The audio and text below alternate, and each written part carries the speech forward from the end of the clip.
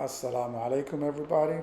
Your brother Muhammad here, and today we're looking into the legacy of Umar ibn al-Khattab.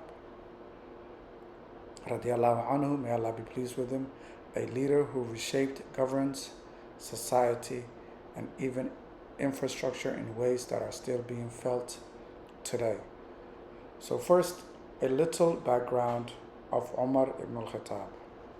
He wasn't always a supporter of Islam. In fact, at one point, he was actively hostile and even planned to kill the Prophet Muhammad sallallahu alaihi wasallam.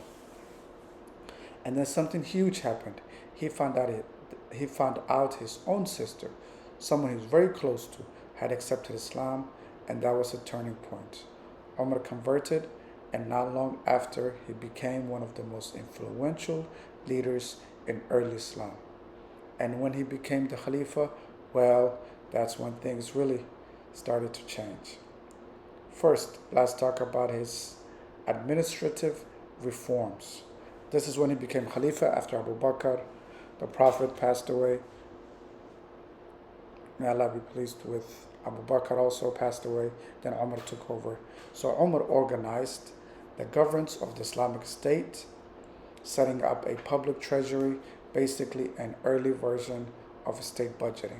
He also made sure the army was well paid, structured, and he personally visited regions to make sure justice was being served.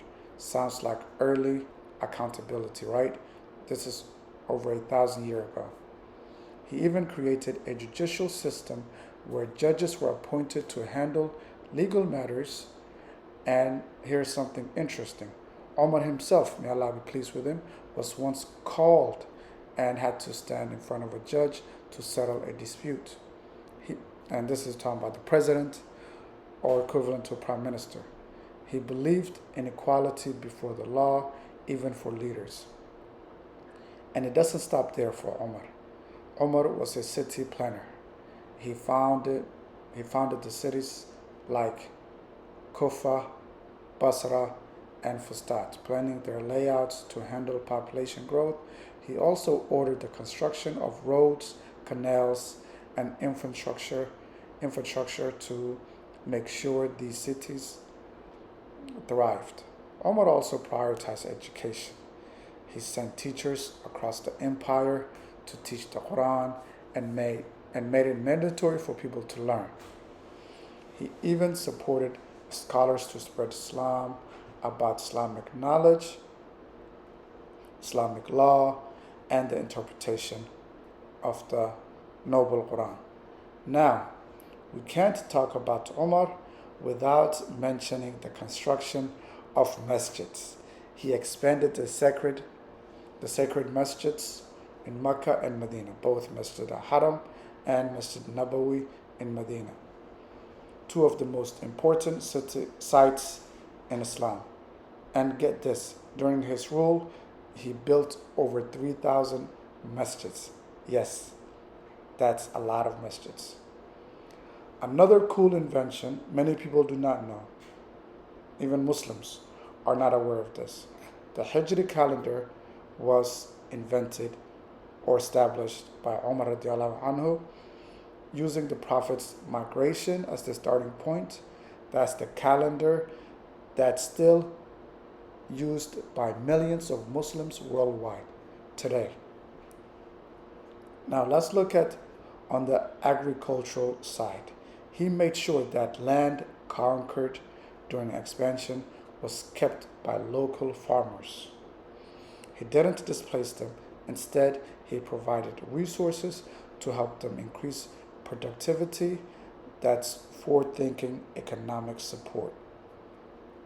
And finally, one of his most remarkable contributions was his focus on social welfare. He set up systems that supported the poor, the elderly, the non-Muslims, and even newborns. It didn't matter who you were. If you were part of the state, you were looked after. He supervised mail delivery system so soldiers could stay connected with their families. Sounds like an early version of modern Social Security, right? Now we're going to look at, the takeaways from Umar radiallahu anhu legacy. May Allah be pleased with him. Umar wasn't just a ruler, he wasn't just an inventor, a city planner, a just reformer, or a social visionary. His contributions were way ahead of their time and laid the groundwork for a lot of systems we use today, both in Muslim countries and non-Muslim countries, both in governance and in social care. If you're into history and governance, if you're just appreciating the invention and in all its forms, there's a lot to learn from Umar radiallahu anhu, may Allah be pleased with him, legacy. May Allah make us among those who are righteous and who follow the footsteps of the Prophet ﷺ, Abu Bakr, Umar, Uthman, Ali.